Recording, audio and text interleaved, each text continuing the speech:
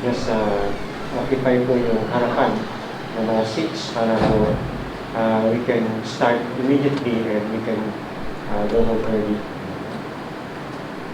Okay, so ngayon ho ay we will be looking only at one verse, isang talata naman ho, in the book of Romans chapter 12. At tayo ho ay nasa verse 11. Romans 12:11. Check na natin ito. Ayan. Kanina akala ko bagong panitagan ito sa inyo. Ano pala nga. Nilagay mo. Pati ko na Gray screen. Gray screen. Grace? Gray screen. Okay. Gray screen. Maganda siya. Okay. Romans 12 verse 11. It says, "Do not be slothful in zeal. Be fervent in spirit. Serve the Lord." So ngayong umaga, we will be looking at this particular verse, and I have titled this, "A Blaze in Serving God." Tayo'y manalangin. Dakilang Diyos, sinasamba, niluluwalhati namin ang inyong dakilang pangalan. At ngayong umaga, Panginoon, ang aking dalangin ay patuloy na makapangyarihang gumalaw ang inyong banal na spirito all over this place. Mula, Panginoon, sa harapan hanggang sa pinakadulo, Lord, ng lugar na ito, at sa ikalaliman ng aming mga puso, hinihiling namin ang pagkilos ng inyong banal na spirito. Lord, we pray, Father, that there would indeed be revival in our hearts, in our lives, as you allow, Lord, the preaching of your word to be powerful and effective. As your word is indeed a double-edged sword, we pray, Father, na kayo, Panginoon, ang siyang manuwalhati at sa lahat ng ma-accomplish, Panginoon, nawa ang pangalan niyo lamang ang siyang magtas. Ito, O Diyos, ang aming samot dalangin sa pangalan po ng aming Panginoong Jesucristo. Amen. So gaya ho ng sabi natin na paulit-ulit ay ang aklat po ng Roma ay siya pong pinaka-systematic na presentation ni Apostol Pablo ng Ebanghelyo. Of course, alam natin, hindi po yung tibok ng puso. Alam ko, nai-record yung tibok. Saya just lang ulit the others.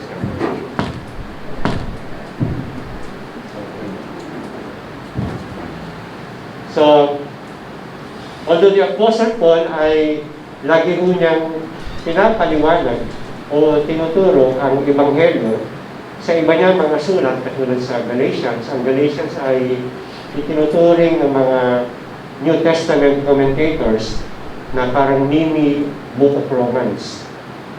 Dahil maganda rin po yung kanyang pagkakapresent ng gospel sa Galatians. But Romans rather, is indeed a comprehensive presentation of systematic soteriology or salvation. Kaya ho, nakita natin na nung ating pinasadahan, pinag-aralan po ng mabuti ang Romans 1 hanggang 11, nakita ho natin yung doktrina ng kaligtasan, yung redemptive work ng Panginoon, at we have seen na ito ho yung kahalagahan ng doktrina, that before we go into doing, we must first delve into knowing. Kailangan alam muna natin kung ano yung ating gagawin. So, ang Christian life ay hindi ho gawa lamang ng gawa, pero hindi naman nakabatay sa tama o sa katotohanan. And we know that there are a lot of churches, unfortunately, and of course we pray for them, na marami sa kanila ho ay very on fire in serving in the ministry, and yung kanilang calendar is fully packed, ika nga.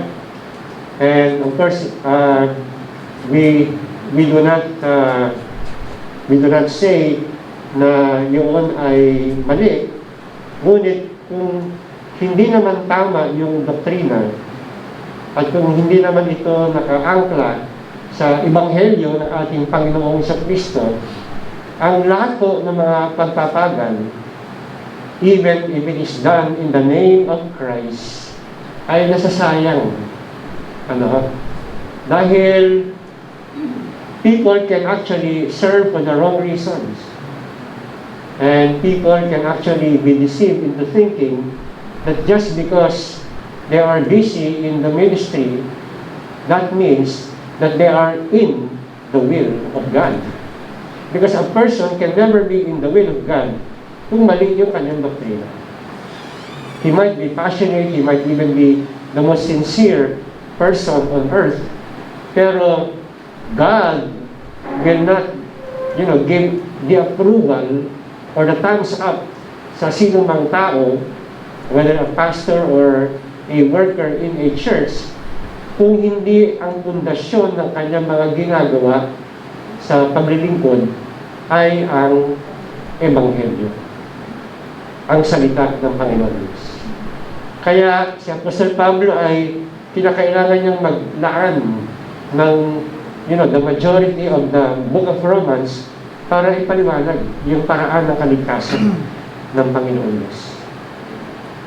Hindi ho haphazardly na pinresent lamang niya, hindi talagang comprehensively ay kanyang ginawa ko yun, just to make sure na bago mo siya dumating doon sa application part na siya nandoon na tayo ngayon, ay alam na ng mga tao kung sino si Jesus, kung sino sila sa harapan ng Diyos, kung paano sila makawalang sala, kung paano sila mamuhay sa Espiritu, kung sino ang banal na Espiritu, at kung ano yung plano ng Diyos in terms of election, predestination. At yung po yung mga napag-aralan po natin. Because when it comes to serving God, alam natin na you can never serve a God whom you do not know. At yun ang pinamukha ni Apostol Pablo noon sa mga Grego nung siya ay nandoon sa Athens, Greece. Nung nakita niya all over the place na meron po mga altar doon na nakalagay with an inscription to an unknown God. So of course, many Christians would say na, well, kilala kong Panginoon Diyos. But in reality, there are many Christians who do not really know God so much. They have their own concept of God. They have their own inscription that though they do not write it like the Greeks to an unknown God, they seem to be serving a God who is quite strange to them. They know a lot of people from inside out. They know a lot of things in this world, pero hindi nila masyadong kilala ang Diyos. Ang tunay na Diyos na sinasabi nilang pinaglilingkuran nila.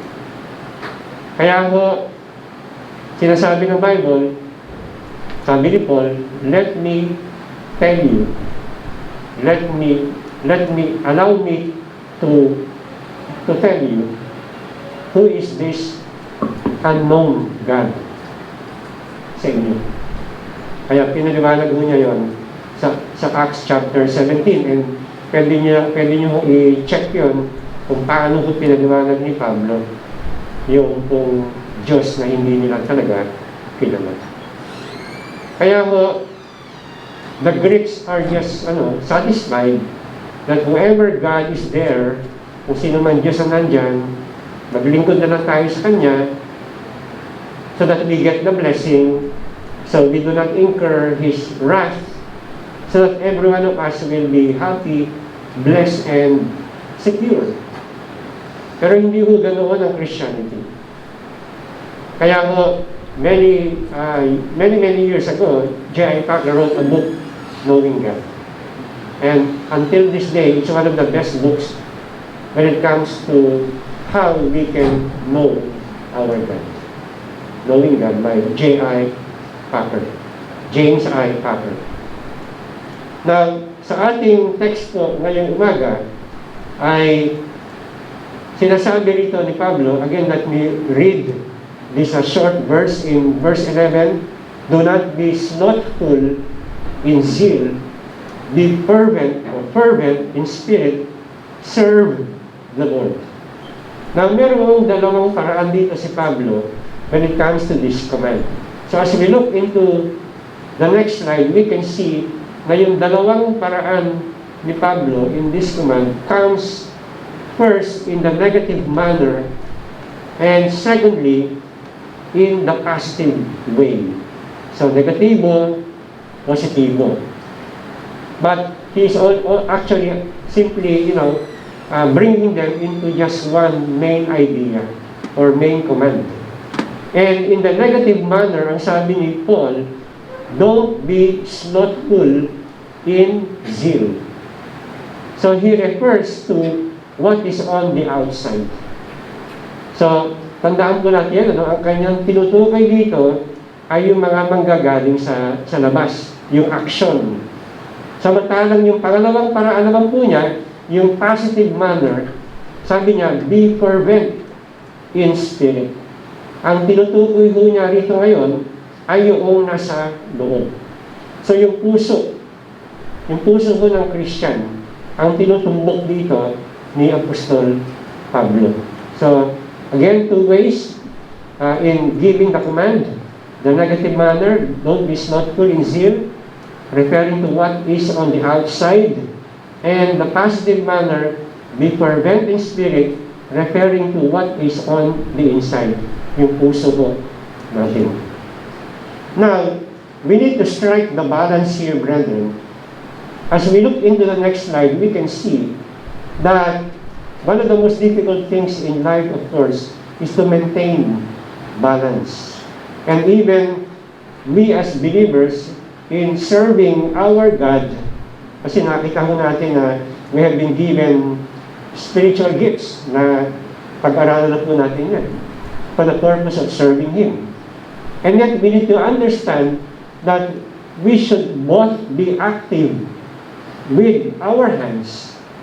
So, yun po yung action in serving. And we have to be passionate in our hearts. So, the question now that we need to really meditate upon, brethren, is this. Are you both active with your hands and passionate in your heart as you serve God? Or is there something absent here? Is there something lacking when it comes to our service sa Panginoon Diyos? So ang hinahanap ng Panginoon dito ay you are active with your hands and you are passionate in your heart. Kasi wala akong lusot ang Christian dahil ang nakikita kasi ng Panginoon Diyos, hindi lang mo yung panlabas. Tama ba yun? Ang nakikita po niya, and even seeing it accurately, ay yung ating mga puso.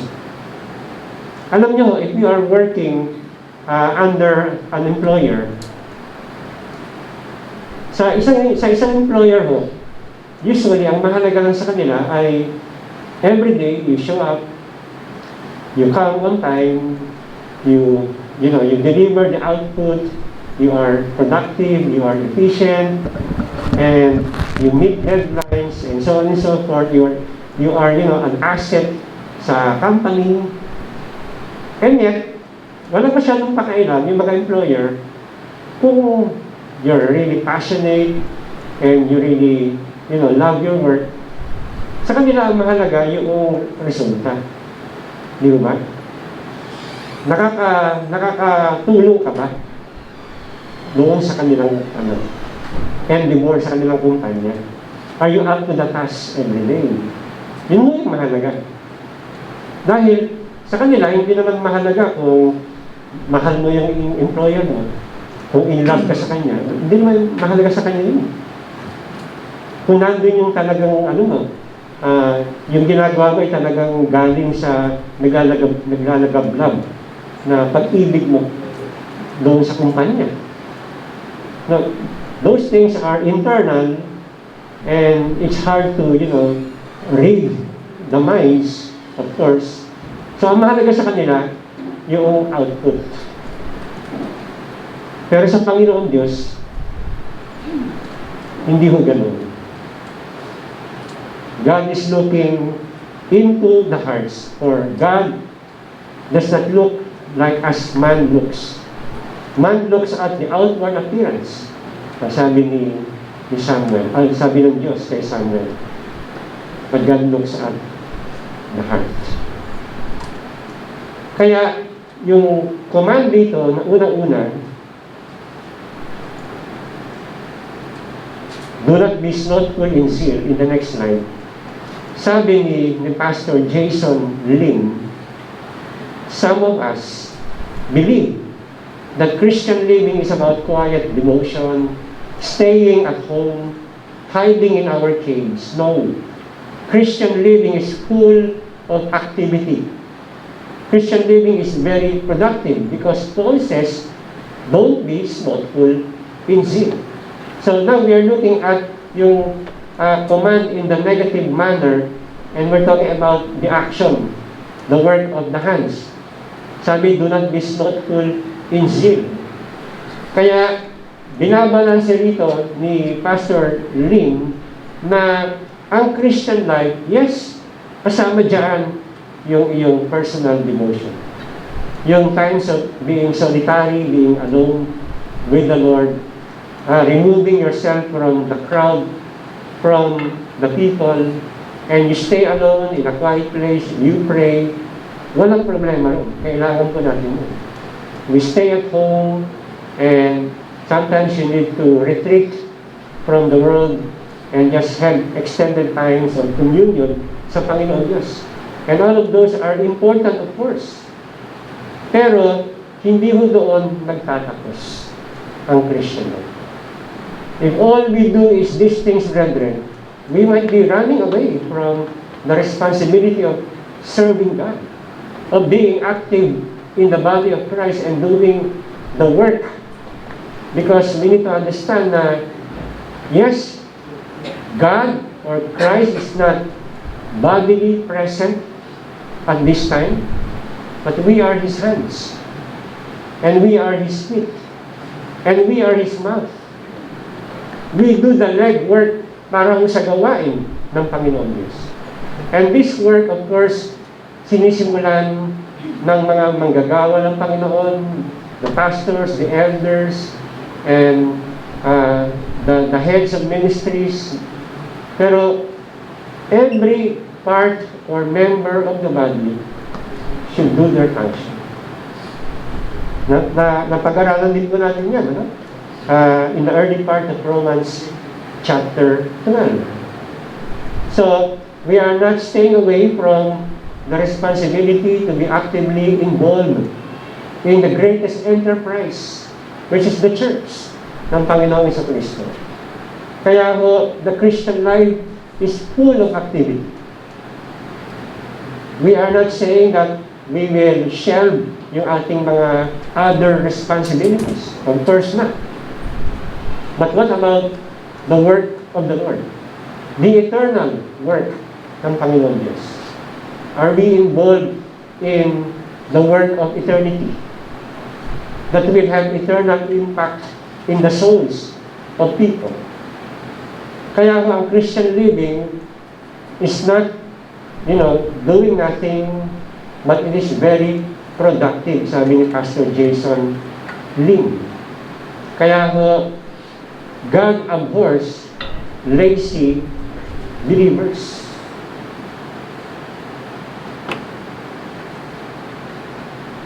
Sabi ho ng Ecclesiastes 9:10, in the next slide we can see this quote na binanggit ni King Solomon. Whatever your hands find to do, anong sabi ko riyan? Do it with your might. Okay? So, hindi mo ginagawa yan sluggishly, hindi mo ginagawa yan racily. So, you're not dragging yourself para gawin yun, di ba ginagawa mo yun with all your might. You do it energetically, ika nga.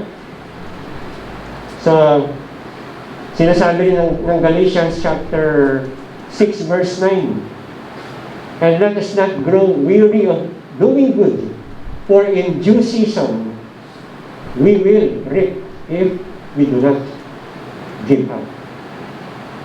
So dito makita ko natin na ginamit ko niya yung isang agricultural illustration na makita natin na yung mga magsasaka ay nagpapakasipag talaga sila sa kanilang trabaho. No? Kahit na mahirap yung kanilang trabaho, they continue to labor. Nang sa gayon ay sa tamang oras ay meron silang maaani. So kahit na yung iba ay maaaring nagkakasakit o may naramdaman sa kanilang katawan, yung mga farmers, they continue to plant. And they continue to make sure na maingatan yung kanilang mga crops hanggang sa ito ay ripe for harvest. So we can see here, brethren, even yung sinabi ni Paul in 1 Corinthians 15, verse 58, next slide. Therefore, my beloved brothers, be steadfast, immovable, always abounding in the work of the Lord. So nandiyan po yung exhortation and very powerful command ni Apostle Paul sa mga believers. And the context is laboring in the gospel, because 1 Corinthians 15 has to do with the gospel and resurrection, of course.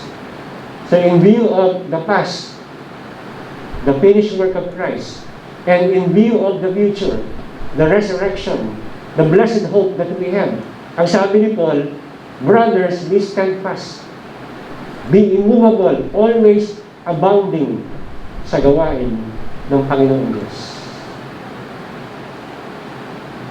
Kaya, serving God, next slide, should be one of great output. Doing lots and lots of work. So, yun po yung una. Na, do not be slothful in zeal. Pangalawa, and here, gusto kong magbigay ng mas haba-habang oras. Pangalawa ko, in the next slide, Paul says, be fervent in spirit. Maaari mo bang, sa mga katabi ninyo, pwede mo bang pakisabi niyo yan? Be fervent in spirit. Be fervent in spirit. Medyo lagyan po natin ng buhay na kaunti. Kasi, be fervent in spirit. Be fervent in spirit. Ayan, pasensya na kung medyo may sore throat kayo. No?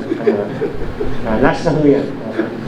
Be fervent in spirit. Medyo meron din konting sore throat. Be fervent in spirit.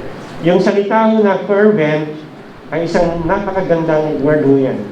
In the Greek, yung po yung mga letters na Z-E-O na pagka po sinaling sa English, ibig sabihin po yan, alam po natin yung word na yan, boil. Okay? Pinakuluan. Boil. Pagka kayo ay merong lulutuin, di ba? At yun po yung kinakailangan palambutin. Karne, halimbawa. So, yung pan o kaldero, ano man ang ginagamit po ninyo, pampakulo, o pressure cooker, lalo-lalo na, maglalagay ho kayo ng para kumulo, ano ang lalagyan natin? Damo, di ba? Tubig. Tubig ho. Naalala ko minsan nung nag-aaral ako magluto. One time, nakalimutan ko lagyan ng tubig. Sabi ko, hindi kumukulo. Yung pala ng tubig. So, lagyan ng tubig, and wala naman mangyayari doon sa ilalagay mong karne, pagka naman hindi malakas yung apoy. O yung temperature, hindi mataas. So, wala naman masyadong silbi yung tubig na yan, kahit na magdamag na nandyan, kung hindi ho ma-reach yung kanyang boiling point na tinatawag. At kinakailangan manatili ng ilang minuto pa para talagang hanggang sa lumambot enough yung karne. So sinasabi yan, yung ating pong fervency in the spirit, yun na po yung yung inside. Okay? Yung inside daw, kinakailangan daw, kumukulo, naglalagablam, ika nga. Sensya na kayo, pero sa Ilocano, ang barbara. Pagka sobrang init ang panahon po sa Ilocos ng summertime, yun po yung katindihan ng init eh. Yung parang nasa microwave oven ka. Pagka summertime, sa norte. Maririnig mo lagi sa mga Ilocano, okay, nakabarbara. Okay, yun po yung hindi lang ibig sabihin mainit. Yung talagang parang parang ikaw ay isang magnet na nandoon sa pinakamataas sa kumugulong mantika. Ayan, nakabarbara.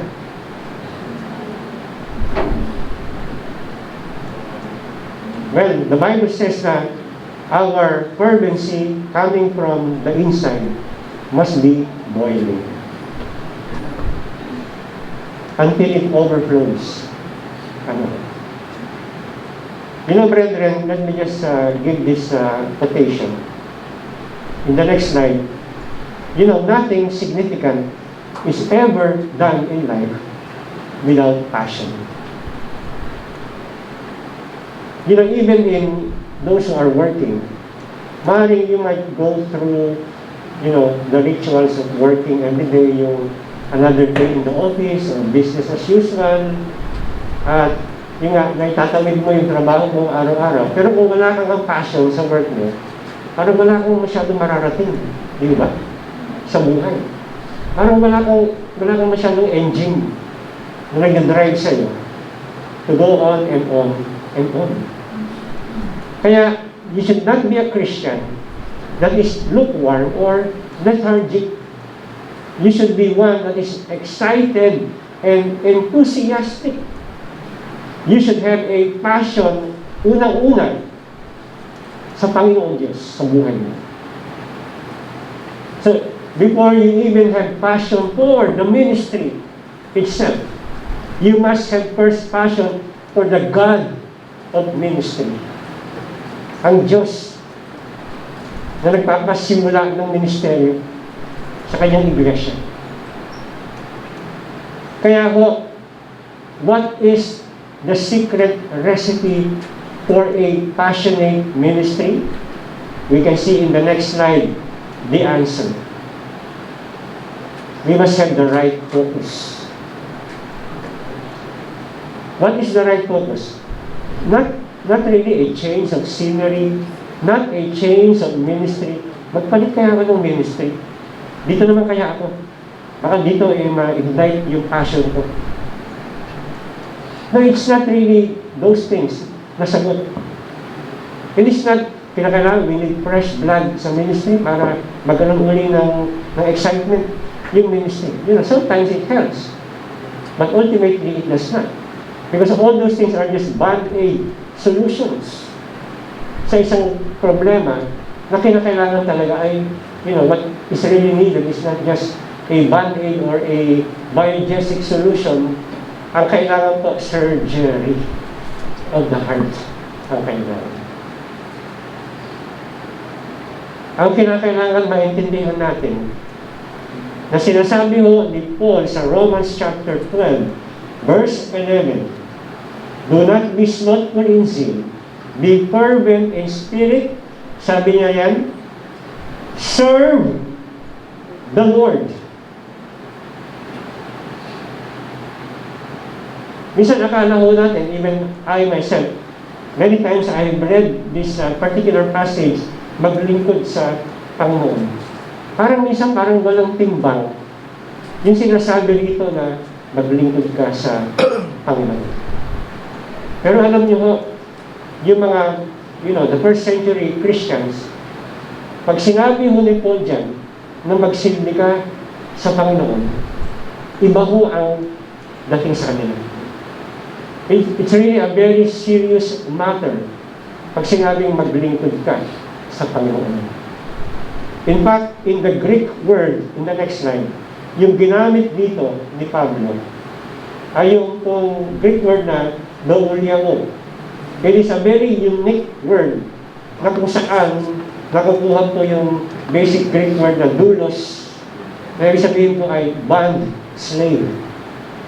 It is a bond slave. Hindi lang po siya slave. It's a bond slave. At ano ang pagkakaiba noon sa isang, a regular slave sa bond slave? When you look at the book of Exodus, of course, we will not be reading that chapter. Medyo mahaba po yan. We will lose time. Pwede yung basahin yan on your own. In Exodus chapter 21, yung mga Hudyo, okay, whether slaves or servants, they are supposed to work sa kanilang amo ng ng 6 na taon. So kasama ho yan, no? Sa kanilang usapan. They cannot break yung covenant na yan o contract. 6 years, at least. Ngayon, sa kanilang batas, pagtugtong ng 7th year, nagkakaroon sila ngayon ng karapatan na to opt in or to opt out. May option na sila. Ang option nila ay pwede na silang lumakad ng malaya, umalis noon, no? Sa kanilang pinaglilingkuran. So hindi na sila obligado na maglingkod sa kanilang amo for 6 years. Or pwede silang mamili na manatili na maglingkod sa pamilya na yan. Ngunit, ito yung catch dyan, no? Merong kondisyon. Ang kondisyon ay, pag ikaw ay manatili, pagdating ng 7th year, na maglingkod pa rin sa pamilya niya, hindi wala akong another extension of 6 years. Ang kondisyon mo yan, ikaw ay magiging bond slave na ng pamilya niya. Ibig sabihin, hanggang sa mamatay ka na. Yun na lang magpuputol ng iyong obligasyon sa pamilya na yan. Ngayon, bakit merong mga slaves na pinipili ho nila na instead of setting themselves free from the family, nais nilang manatili habang buhay? Well, siguro, napamahal. Siguro, mabuti yung kanilang master. Kind, and considerate, and loving, and probably treating them like a family member for the 6 years, no? Na nandun siya, na naglilingkod.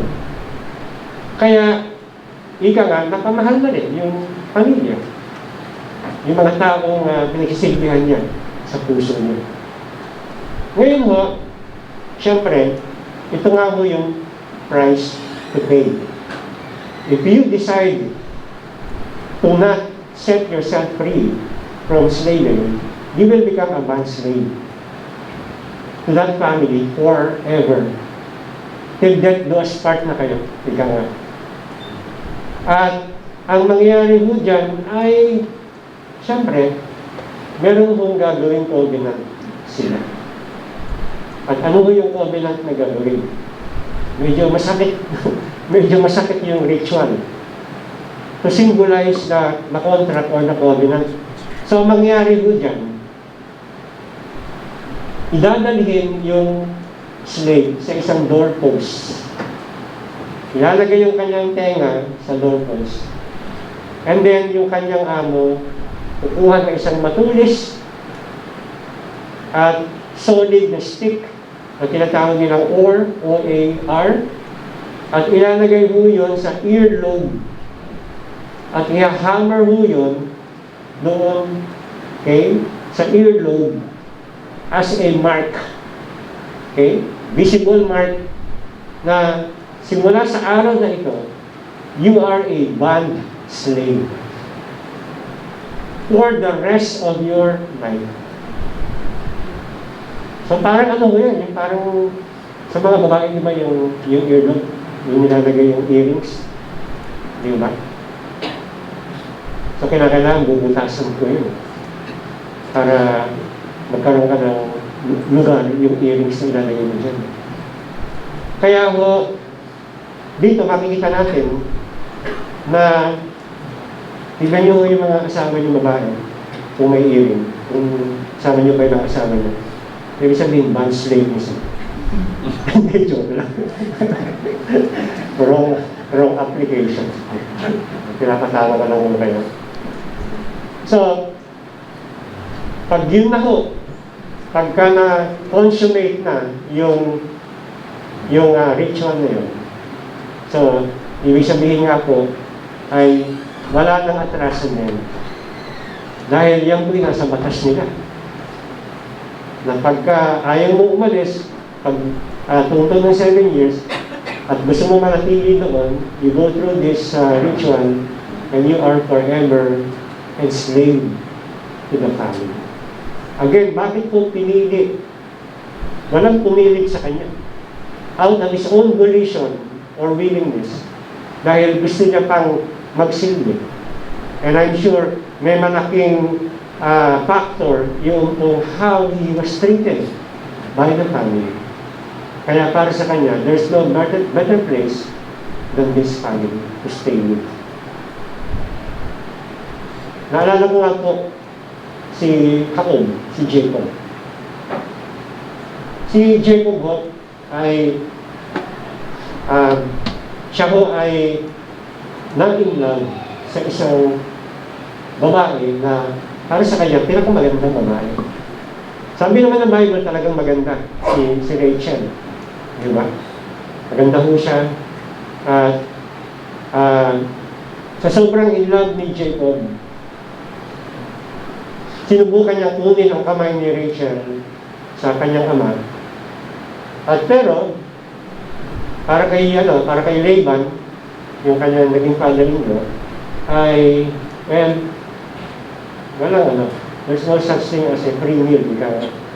So, kailangan ikaw ay magsilbi sa akin. So, gusto mo yung anak ko, okay, pagsilbihan mo ko ng 7 taon. So, can you imagine? So, kung ikaw ay nasa posisyon ni Jacob, bakit mo gagawin yun? Bakit? Kasi para sa iyo, ang pinakamagandang nilalang sa iyong mga mata, the apple of your eye, ay si Rachel. Handa kang magsibak ng kahoy, magluto, handa kang mag-igib ng tubig, handa kang magpakain, magpainom ng lahat ng mga alaga ng iyong magiging father-in-law. Sa makatuwid, handa kang gawin lahat. Pag sinabi sa'yo, tumalong ka sa bangin, siguro gagawin din niya anak. Ginawa ko niya lahat for 7 years. Bakit? Because para sa kanya, the most beautiful creature is Rachel. Kaya araw-araw ho nagsisipag. Araw-araw nandun po yung kanyang passion. Dahil para sa kanya, at the end of 7 years, lahat ng kanyang pagod, hirap, it will be worth it dahil makapangasawa niya si Rachel. Siya ang pinakamagandang babae para sa kanya. So, dumating na ho yung araw na natapos niya na yung 7 years. At sabi niya, nagawa ko na aking obligasyon, gawin mo ang iyong obligasyon, pakasal mo sa akin si Rachel.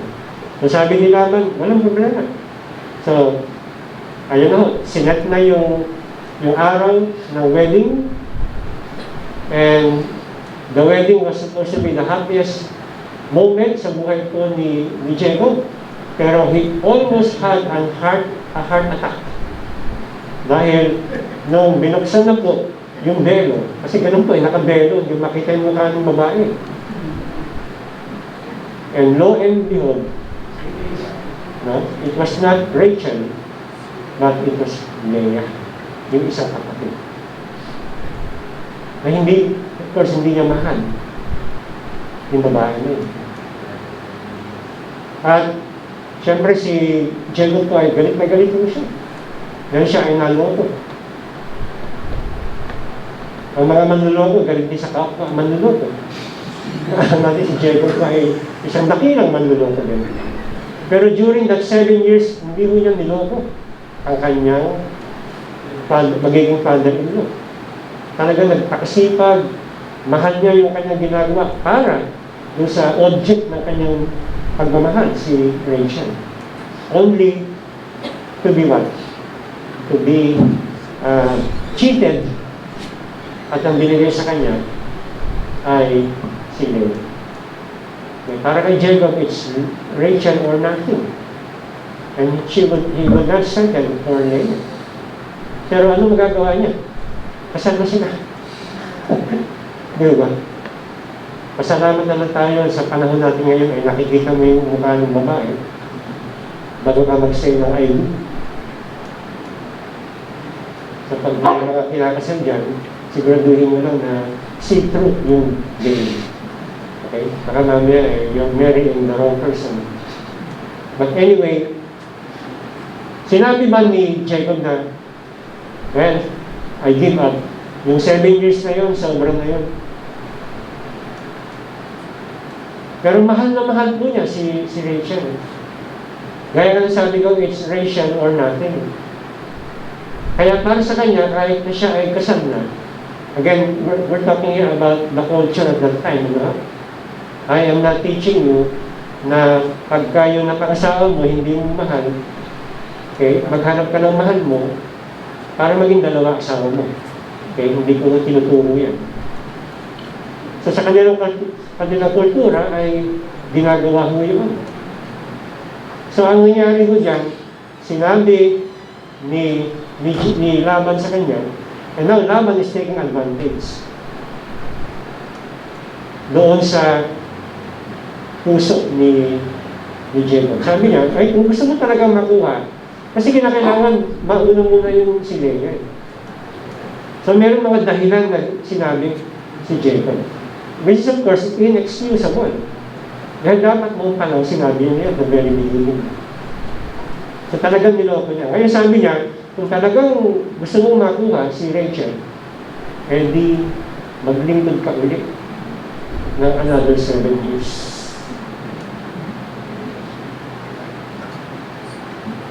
Mahal na mahal po ni Jacob si Rachel. Siguro kung sinabi niya another, gawin mo 70 years, siguro okay pa rin siya. So another 7 years, maglipod ka sa akin, bibigay ko na sa iyo si Rachel.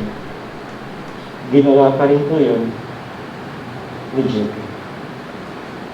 Dahil para sa kanya, walang ibang makapagbibigay sa kanya ng kasiyahan kung hindi yung babaeng pinakamaganda sa kanya na makapagkukumpleto ng kanyang buhay. He would not settle just to be the husband of a woman na wala namang tuwang sa kanyang puso. Gusto niya yung love of his life. So, to make the long story short po, gano'n na nangyari. Pagdating ng 7th year, tinupad na ngayon. And definitely, dito makikita ko natin, with all the deceitfulness of Jacob na kanyang pinakita, nung kanyang niloko, yung kanyang tatay, yung kanyang twin brother na si Esau, yung kanyang pagkakuntsaba sa kanyang mother, para makuha lang po yung the rightful blessing. Meron din siyang nagawang napakaganda. Yun ba? Para sa kanyang minamahal. He was willing to be a bond slave kay Laban. Dahil yung kanyang reward, alam niya, is really worth it all.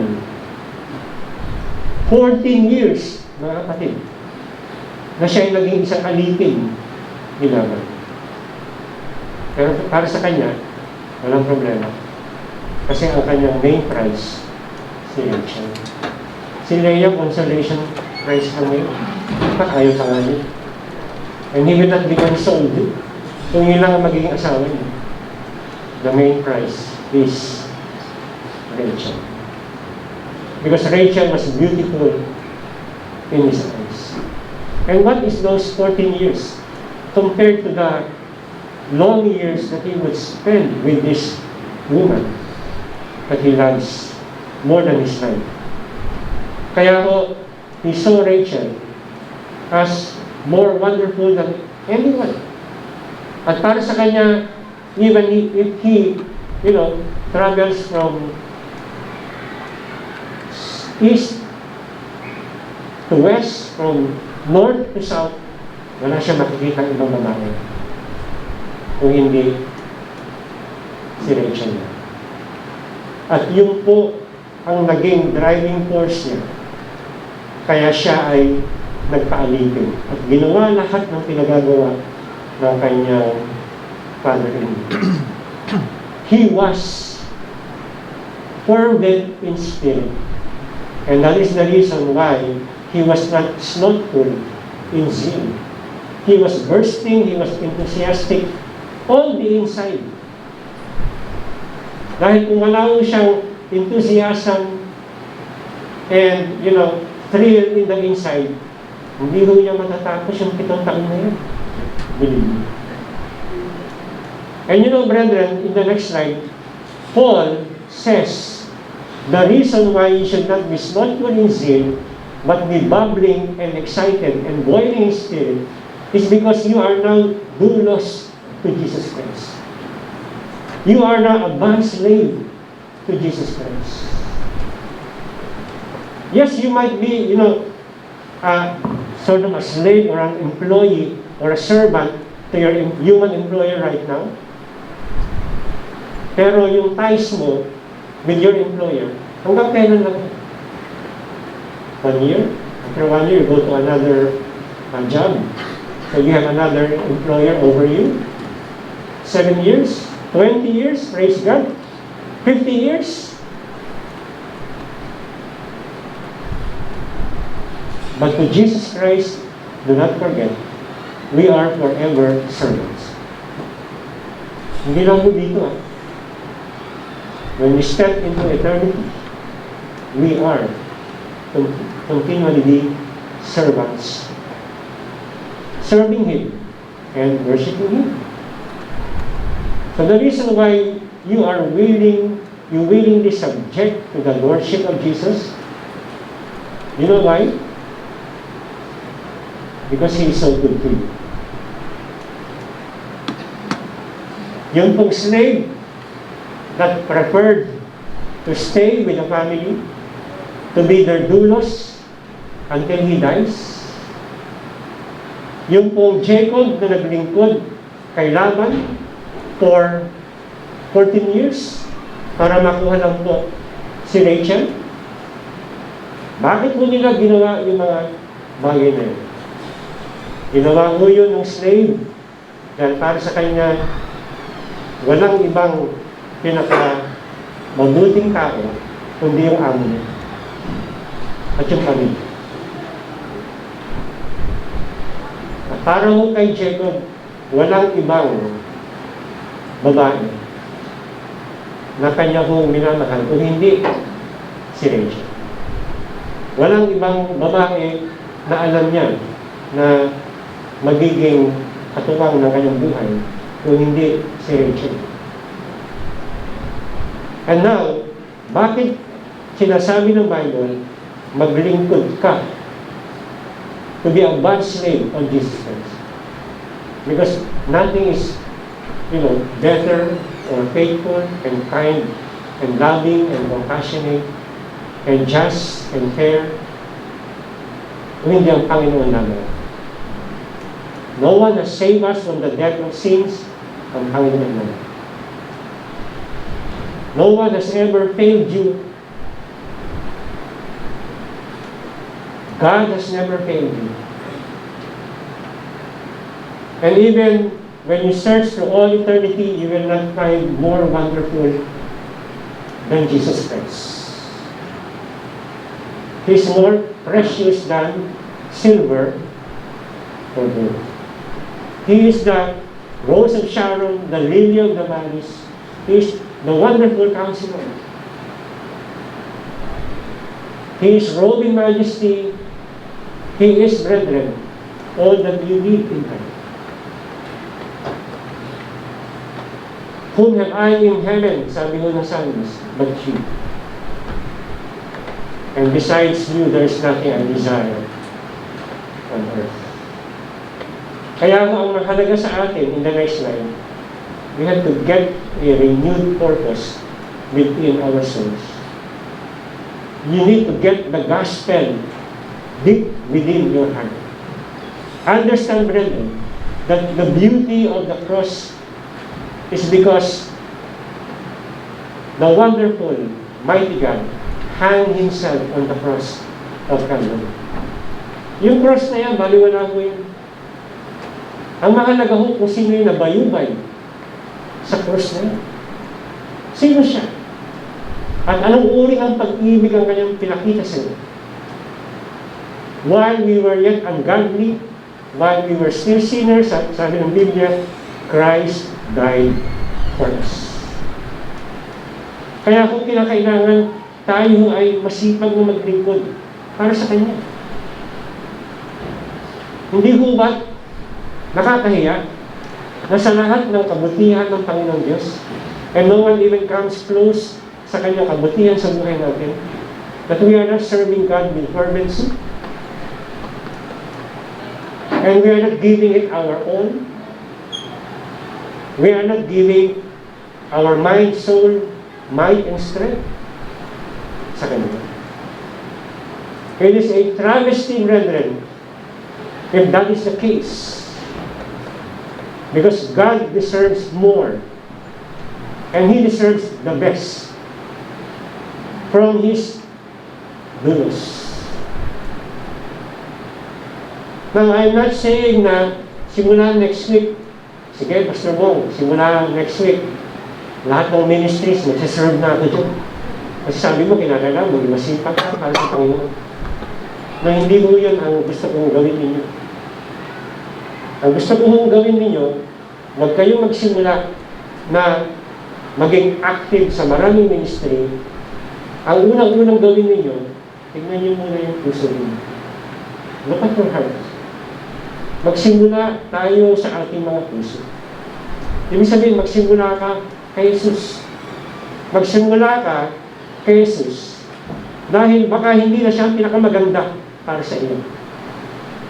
Baka mas marami ng mas nagniningning kaysa kay Kristo sa puso mo.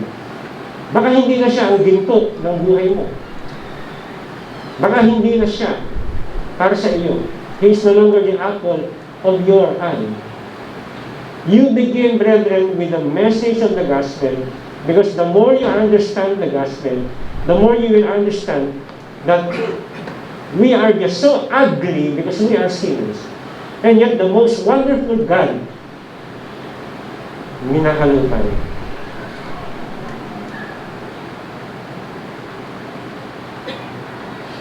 Hindi ko maalala yung sumulat ng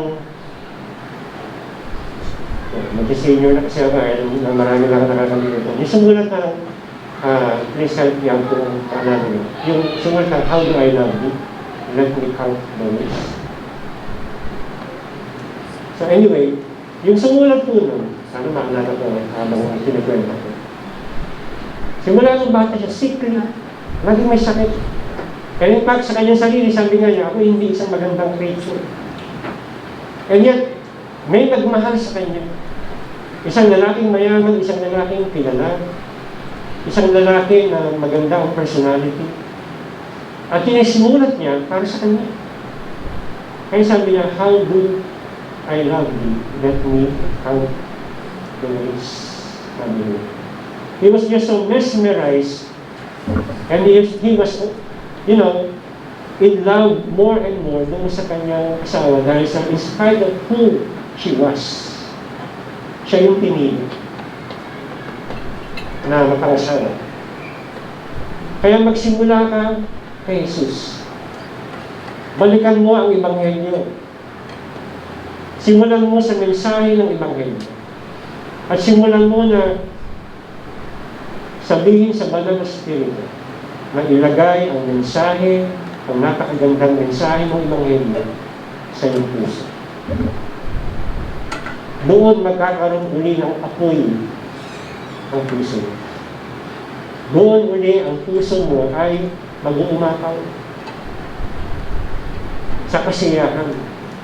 Dahil pag nag-uumapaw ang kasiyahan mo and appreciation mo na kagandahan ng Panginoon, ang magiging outflow ko nun, maglilingkod ka sa Kanya with all your might, soul, and strength. Kinakailangan po may apoy na magsisimula. At yung apoy na yun ay hindi yung manggagaling sa atin. You can go into all ministries, you will never be fired up. You might even be burned up or burned out. That's why adding more ministries to yourself will not help your zeal sa Panginoon Diyos. You might be zealous for, the results. Pero what about the person that you're supposed to be serving? Di ba Panginoon natin? And when you serve God, it is zealous, it is fervent, it is enthusiastic, because it is the work of God through you. Kaya mo, ngayong umaga, hindi ko mo inihiling na, okay, simula ngayon, lahat tayo nasa awalan na. Lahat tayo ngayon, kinakailangan, kayo mga babae, maglingkod na kayo sa women's ministry, kayo mga lalaki, mag-serve na kayo sa men's ministry. Of course, how I love as a pastor, na lahat tayo are really serving. Pero, hindi ho ito kumpanya. The church is not a company. We might be asking for some help, and kailangan po yun. But what we are asking more is commitment sa Diyos.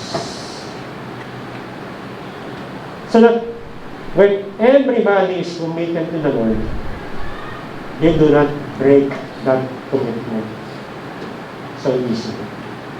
When you commit to people, you can easily break it. And you can have all, sorts of reasons. 1, 2, 3, 4, 5. But when you commit yourself sa Panginoon Diyos, rain or shine, nandun. Yung mga nagtatrabaho sa construction, rain or shine, nandun sila. Kasi may kontrata sila. Of course, we don't know kung talagang sila masaya na kung ginagawa yun. But when you commit yourself to the Lord, rain or shine, sometimes through health and sickness, for better or for worse situations, God can, count on you. And serving the Lord is more than just being in BLCM church or center.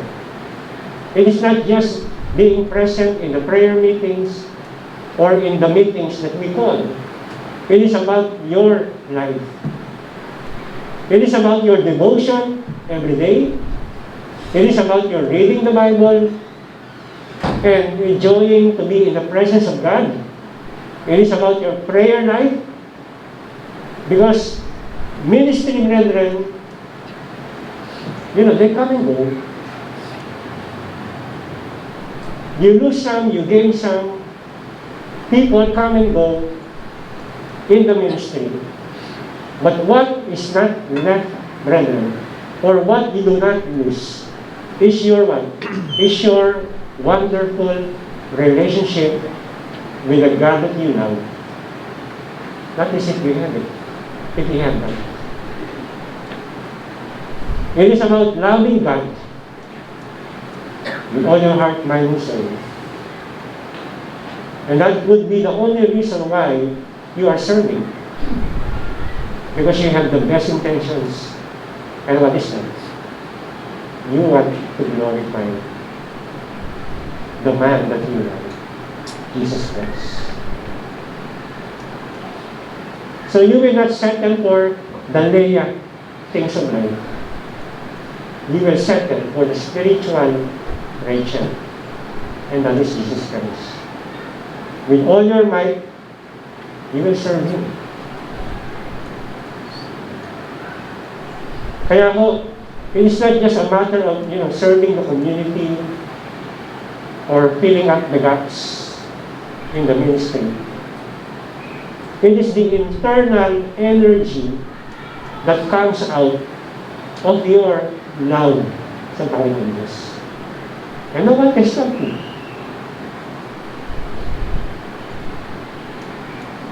Because you have the greatest and purest motivation sa buhay.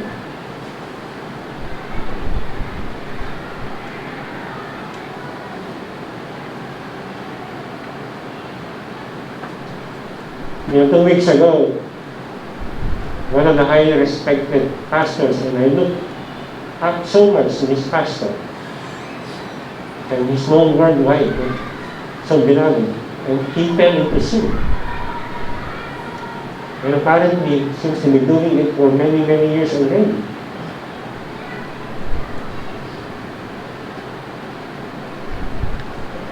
And in my heart, sabi ko, I was a little devastated and heartbroken. I even had the opportunity when he came here sa mga conferences, had the great privilege of being with him over dinner. We were just 6 pastors invited to a dinner with this man of God. And talagang pinakaingatan ko yung picture na yun. But, suddenly he fell in the sea. And sometimes when you put people too high of pedestal, and you think that they are, sin-proof, na hindi tinatalaban ng kasalanan, then we are setting ourselves into great disappointment. Sometimes you say that, kung gano'n lang pala sila, gano'n na rin ako, pare-pareho na lang. Pero hindi. You're not serving any man. You are not serving any pastor primarily. Those are God's servants as well, whom God has placed over you to oversee. But has Christ failed you at any time? Is Christ no longer blameless because he has done some sinful acts? Or has he disappointed you at all? Hindi mo eh. So you still find the internal energy and motivation to serve God. So that if every man will fail and God will not, you follow God. So in conclusion,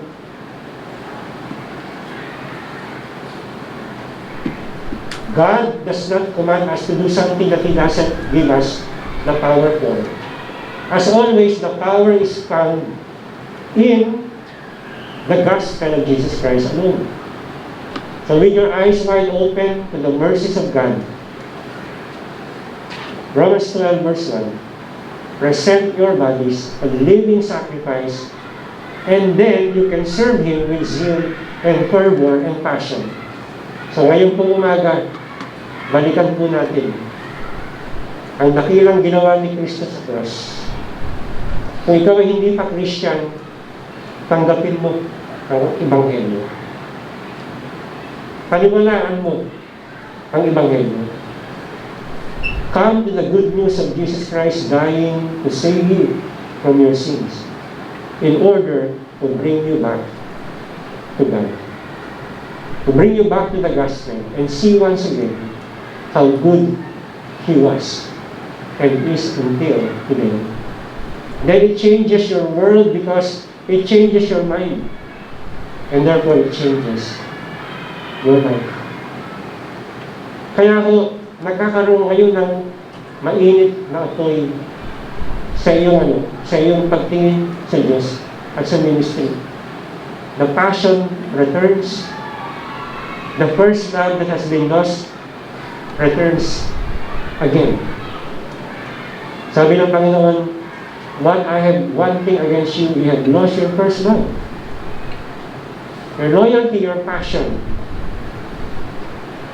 Because now Jesus is a person, not on the level of other persons that you might love or appreciate, but He is a person of great beauty unto you.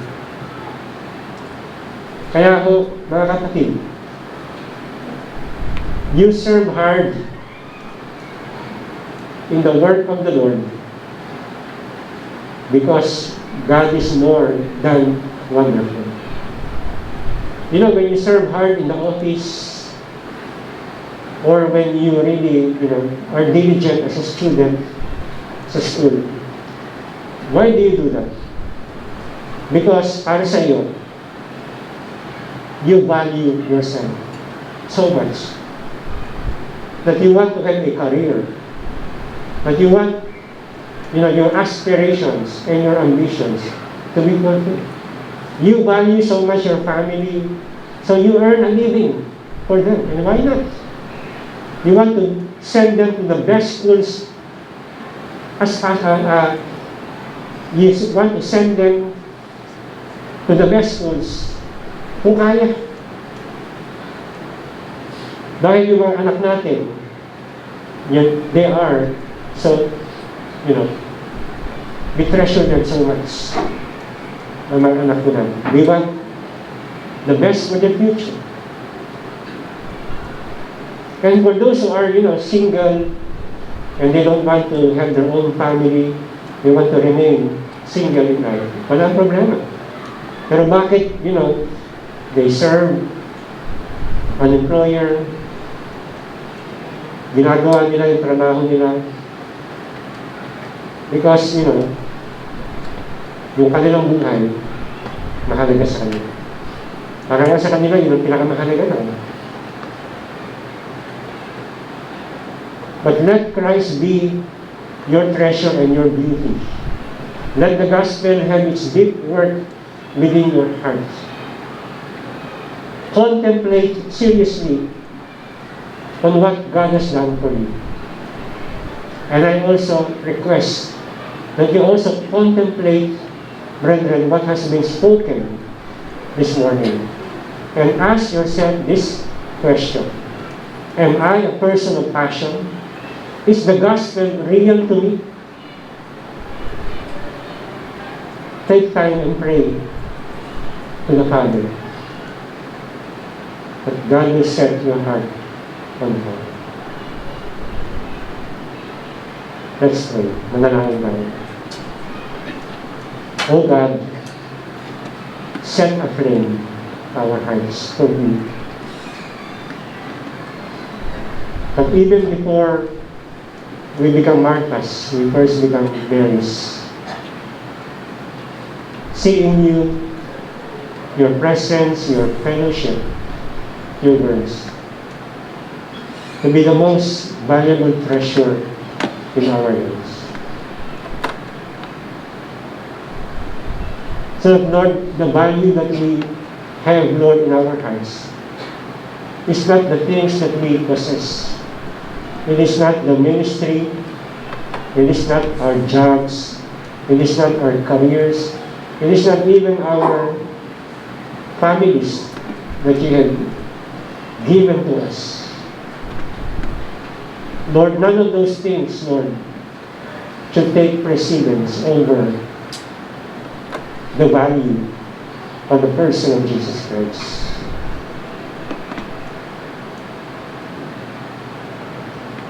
Help us, Lord, to see, Lord God, that even though we cannot really, Lord God,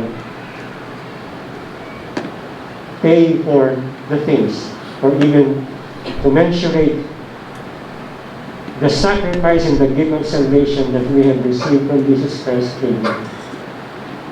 But Lord, may that wonderful grace and salvation impact the way we look at you